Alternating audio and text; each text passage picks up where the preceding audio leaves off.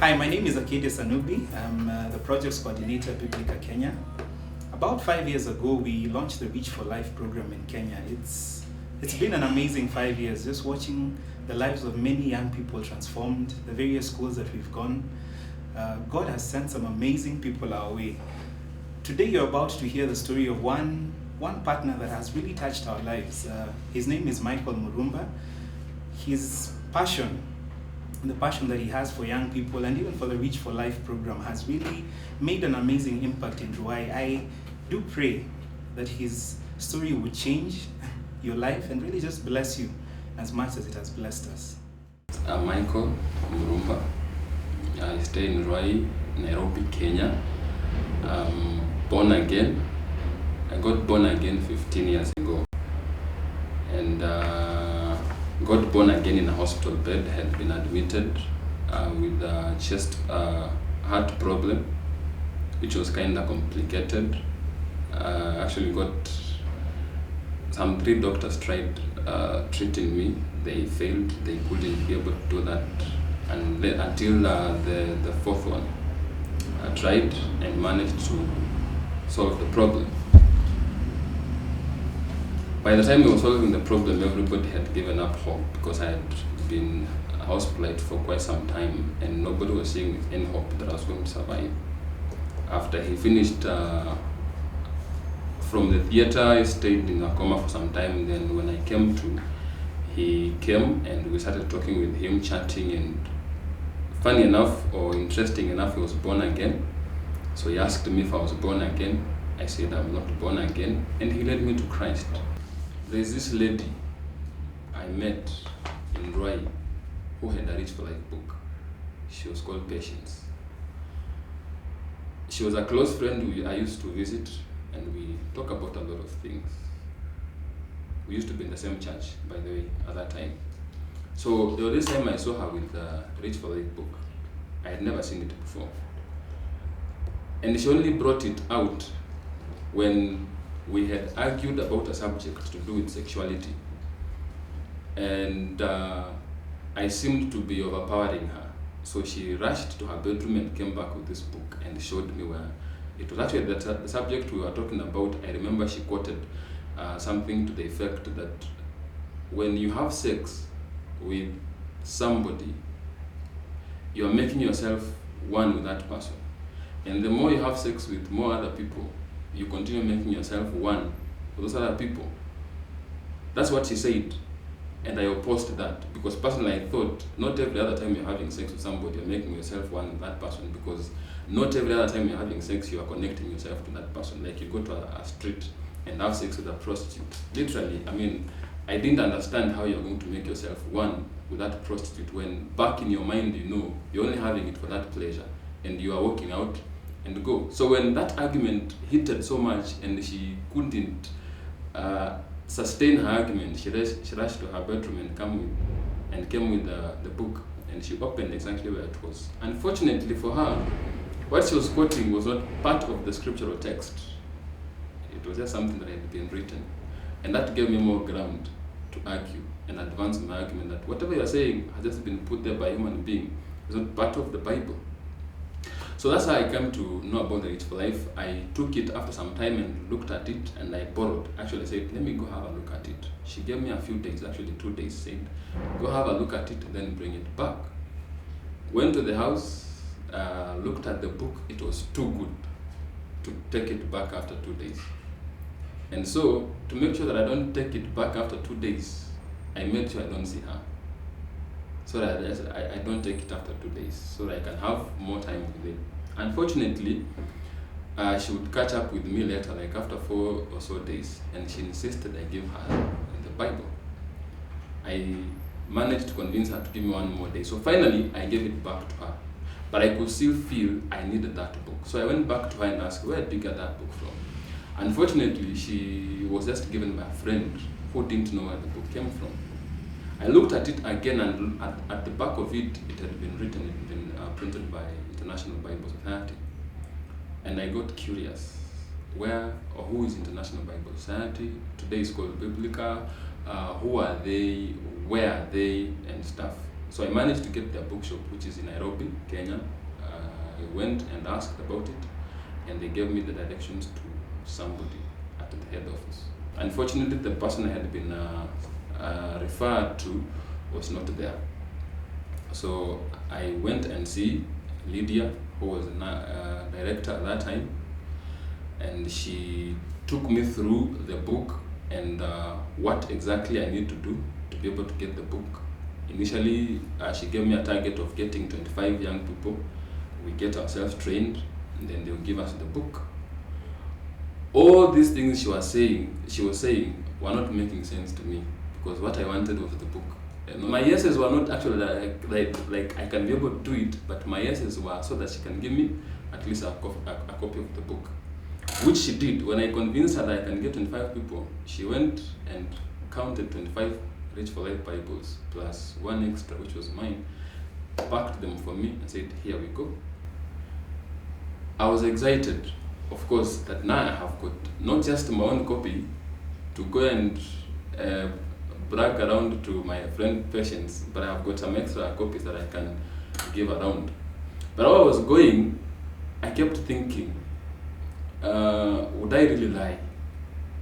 And should I lie that I can make all that just to get the copy? At the end of the day, I made a commitment that, yeah, I might not have intended to do this, but I'll give it a shot. So I went back to my church and recruited some guys that would be able to come and join the Rich for Life program. That's what I did.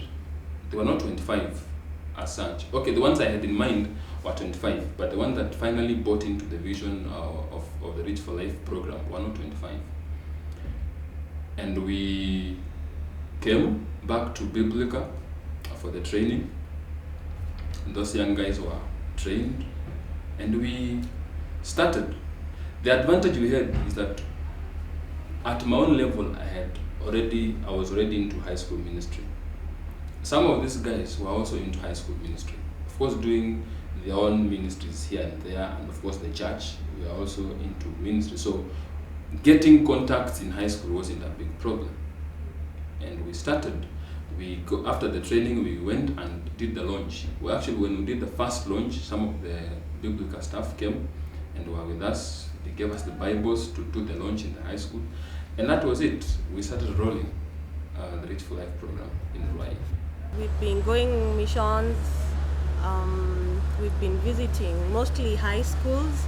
We've been doing missions with them, preaching to them the Word of God, counseling them, giving them hope about the future life, the tomorrow life, and basically showing them what's the way forward and making them understand that there's always hope in God. The impact that the Rich for Life has had in Rwai, I will start with what amazes me the most. Rich for Life there's Rich for Life the book, and there is Rich for Life the program. What attracts high school students mostly to the program is the book, the way it's been packaged, the orange color, the graphics, the stuff in it that addresses the issues they are going through openly, without hiding. That's what attracts them to the book most. But what has been amazing me the most, and I wouldn't forget to mention this, the book, especially in the schools we've been going to, has attracted more Muslim students to the program. In one particular school we go to, it has about 10 Muslim students. They normally have a PPI, a pastoral program, in their school. But you realize that when these other pastoral programs are going on, these Muslim students are exempted, and they hardly pay any attention to what's happening in those programs until the Rich for Life program came to that school. So much that as long as it's Rich for Life, you always see these Muslim students coming and being part of the program. But if it's not Rich for Life, they really don't care. So I would say the Rich for Life program in the schools we've been going to has had a lot of impact. In 2008, the Rich for Life members used to come to our school. headed by Michael Murumba, who's been a great brother and a great inspirer into our lives. He's been coming and taking us through the Reach for Life program. It has been amazing, learning the journeys, the 4 journeys which he taught us. So through him, my friends and I, we've learned a lot of things concerning the Reach for Life team, and also the inspiration that they're giving to youths in our country and all over the world. This book has been amazing, has taught us many things, and we are growing strong in Christ because of what the Reach for Life are doing. So it's amazing, and they're amazing to me, and they are blessings to me. They are a blessing to me. In fact, there's one Muslim lady who, at one point when we were doing our outreach, broke down and cried. We were talking about rape. After rape, ordeal, trauma, and stuff, and how to deal with it. That's when she broke down and came and confessed and said she was raped when she was around, okay, not raped, but her uncle attempted to rape her when she was about 10 years. She has since grown, she has since been affected by the same, and she hates the uncle with a passion. She tried to tell the mother at that time, but the mother would not believe, and she shut herself completely from that story. And ever since, she has never told anybody, including the father or the brothers and the sisters. That was the first time she was sharing. And I asked her, why would you even share with us? I mean, you go to the mosque? She said, yes, I go to the mosque. Do you interact with people in the mosque? Yes, I do. Do you have friends there? Yes. How come you've never shared? Then she said, these people, nobody has ever gotten interested in my life like you guys have. And the things you share, nobody ever touches them in my church. Actually, I really thank God for Murumba's group for helping me out in maybe out of drugs. I used to lead a life of drugs and not going to church, actually despising those who minister the word of Christ. And now I'm a changed person, and I feel there's a great comfort in Christ. Yeah. So if I would say about Reach for Life and how it has made a difference in my life, is that the first thing, I love the book because it's so easy to go through it as a Bible. Actually, it has really blessed my soul, and it has really helped me to read the word and understanding it. Basically, if I speak about the journeys that we have in the book, about the 4 journeys, the growing, the choosing change, the finding faith, and the loving life, I would say that I have grown. The part that I have grown spiritually most is knowing the word and how the word, who the word is, because you're told in the book of John 1:1 that God is word, and actually it has helped me grow, actually having my faith strong, because I know that by hearing the word of God, which is God, my faith grows each and every day. Secondly, normally before we start or we launch the program in our school, we would do a quick survey of the level of understanding in terms of HIV/AIDS and stuff of those guys in high school, that particular high school. Then midway along the way, we'll again do another one. Then maybe when we finish, we'll do another one. And what we've been observing is, before we start our program, we will do a random, it might not be necessarily a questionnaire, but we'll just do random questions to these guys, their level of understanding of HIV and AIDS. And it's pathetic. I mean, it's all over, even on the news, radio, TV, on the newspapers, the facts and figures about HIV/AIDS. But when you ask somebody, the ignorance with which they answer, you just wonder, really. Are we in a different country? Are we facing a different situations, circumstances about HIV/AIDS or what? But then when we start interacting with these guys, we start the program, we progress. As we progress, you realize even the way they answer the questions that you ask about the same facts is getting a little bit brushed. And so the understanding of HIV/AIDS related issues in high school, especially the high school that we've been to, has been increasing tremendously. And to me, that's an achievement. We are creating an impact, the understanding of HIV/AIDS. And some of the things we try to do is we organize what we call weekend challenges, like 3 days from Friday, Saturday, and Sunday, where we just have music, play, dance with them, we go to the field, we play, and we interact with them. And that way, we realize there are some other students who are so closed when they are in class or when having a class session. But when you try something different, they open up and they start talking. Part of what we do is we have partnered with, actually not like a partner, but once in a while we partner with Liverpool VCT. They provide VCT and counseling. They will come, and when you're having such kind of a function, they will offer free testing and counseling to the students who are willing. The last time we did that, we had a tremendous response from the students who just came forward and they were tested. During such functions, we have got abstinence pledge cards, where we just don't believe in letting them know what we are doing, but we allow them to commit to do the same. So we give them the opportunity to fill in those abstinence pledge cards. And by signing and writing your name there, you are committing that you're not going to engage in sex until when you get married.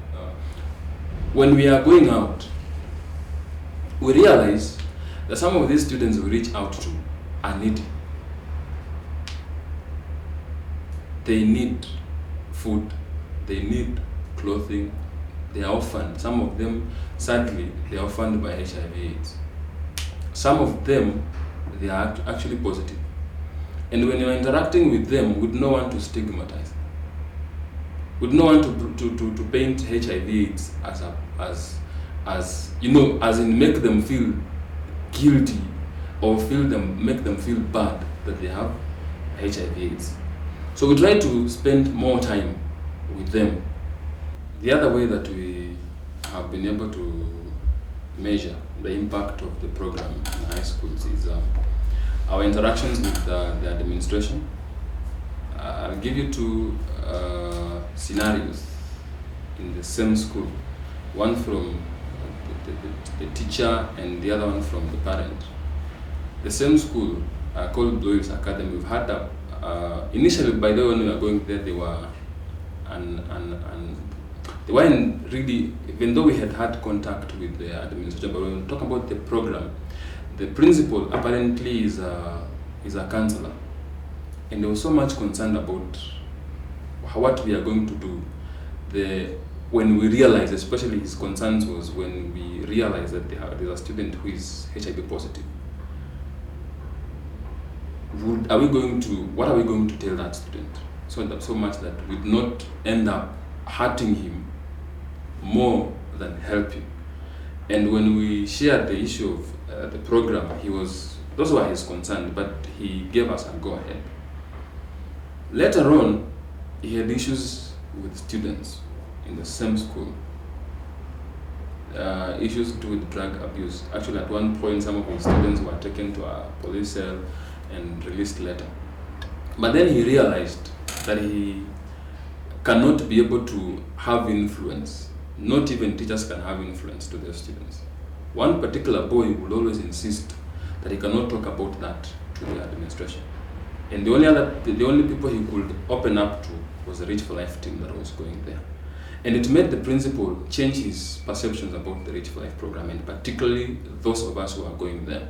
And with time, if there was any problem in the school in regard to discipline, or in fact, in the same school where we had Muslim students, actually there were 3 Muslim boys. When we were going there for the Reach for Life programs, they will come for the program. But if there's another pastoral program happening, they will choose not to go. And the principal thought we were having a certain touch with the students and a certain influence on them. And so if there was any discipline case in the school, he would rather we go and talk out things with the students. The same school, there was a boy who had issues with devil worship. Actually, like he had been recruited into devil worship by a friend. He even admitted to us something he had never admitted to the administration, though they had been suspecting by the way he was behaving and the kind of photos he was walking around with them. They suspected he's some cult of sort. But they tried getting that information from him. He never did. He only opened it to us and told me I was recruited at this particular time, and he actually gave me all the details, including the fact that they took 2 drops of blood from him as a way of initiation. The boy's father is a pastor and is pastoring in the US. So the boy is growing up with the mother. The mother was always busy with work. So the mother kinda never gets attention. I mean, his attention. She's never there for him. So when the mother got concerned about that, he even came to school and he just asked the principal if there's a way the boy can be helped. And they said, actually the boy is getting better, and the principal introduced the mother to us. She came, we sat down and we talked. And he said, okay, let me see. Later on she came and confessed that indeed my boy is changing. And if he's changing because of this program, I'll encourage you to go even to more high schools and try to influence and change young people out there. Reach for Life has been a really effective program in Rowai. The impact is so strong. We have received massive feedback from the students. Many students have given their lives to Christ over the years. We have dealt with so many cases of sexuality problems, family problems, and our main goal was to provide a solution to those students that we reached out to, teach them the 4 journeys in Reach for Life, help them grow in faith, and make an impact in their life and add value to their life. Finally, what I would say is we at our own level are happy that we've been able to reach so many. So far we've reached within Rwai and slightly outside Rwai, we've reached about 15 schools. And there's one of us who was trained and recruited into Reach for Life here in Nairobi, Kenya. But later on she moved to Mombasa, where she went and started the Reach for Life other group in Mombasa. And so far she's reached about 6 schools with the same. So when you combine the two, 15 plus the 6 comes around 21 schools so far. That is roughly about around 5,000 students that we've reached so far since we started. Some have given their lives to Christ. I'll give it roughly to around 200 students who've given their lives to Christ, and more, like I said in the beginning, the Muslim ones in particular are getting more attracted to the program, and they want us to continue with the program. Even those students in the schools that we got are not born again, though they have never committed, they are giving their lives to Christ, but we can see that they are attracted to the program. That's what makes us happy. And there are quite a number. When we did our last HIV test, we had about 300 from different schools who came up and were tested. We have a list of about 500 plus students so far who have committed and signed the abstinent pledge cards, and they have made a commitment and are going to stay pure until they get married. And we believe that these statistics or these figures could go up in terms of how many we are going to reach, how many are going to sign those cards, how many are going to get born again, and how many are going even to come out and be tested and even confess that they are HIV positive and they want to be helped so that they don't end up infecting other people. That is what we want. However, we are facing a few challenges which it will be our pleasure if they can be sorted. One, we would be happy if a stable or a sustainable supply of Rich for Life Bibles can be guaranteed, because now we haven't had any Rich for Life for quite some time. This is January, the schools have just opened, we have new students who are coming in, and we have a challenge. Right now, actually, we haven't gone to any school, but we've been receiving calls. You guys, are you coming? In fact, we made an undertaking that we'll be going to another school next week, and we have to go. But then our fear is, how can we be going, but we don't have the Rich for Life Bible? So if there can be a sustainable provision of the Rich for Life Bibles, that would be a great deal. And we challenge, or we ask anybody out there who has a way of helping us get the Bibles on time and in plenty, that they come in and they help us achieve the same. That is our greatest problem, which we are grappling with right now. But the impact is immense, it is tremendous, but we are afraid this might not continue. As we go to these schools during launching, we really require a lot of Bibles, and we are limited in terms of Bibles, such that we have been making appeals to Biblica for increase in Bibles. And December 2010, we launched a program, a fundraising in terms of raising Life Bibles, and it was just one in the main efforts that we are trying to make in terms of trying to increase our resources, our funds. So we sincerely need more Bibles. If somebody is touched by what we do and the program that has, the lives that has been changed, because this is a free program, we do it voluntarily, we are not paid by anyone, but out of our love for Rich Life and for change, we go out to these schools and reach out to them. The stories you've heard in this presentation are just a few of the many other stories replicated in different parts of Kenya.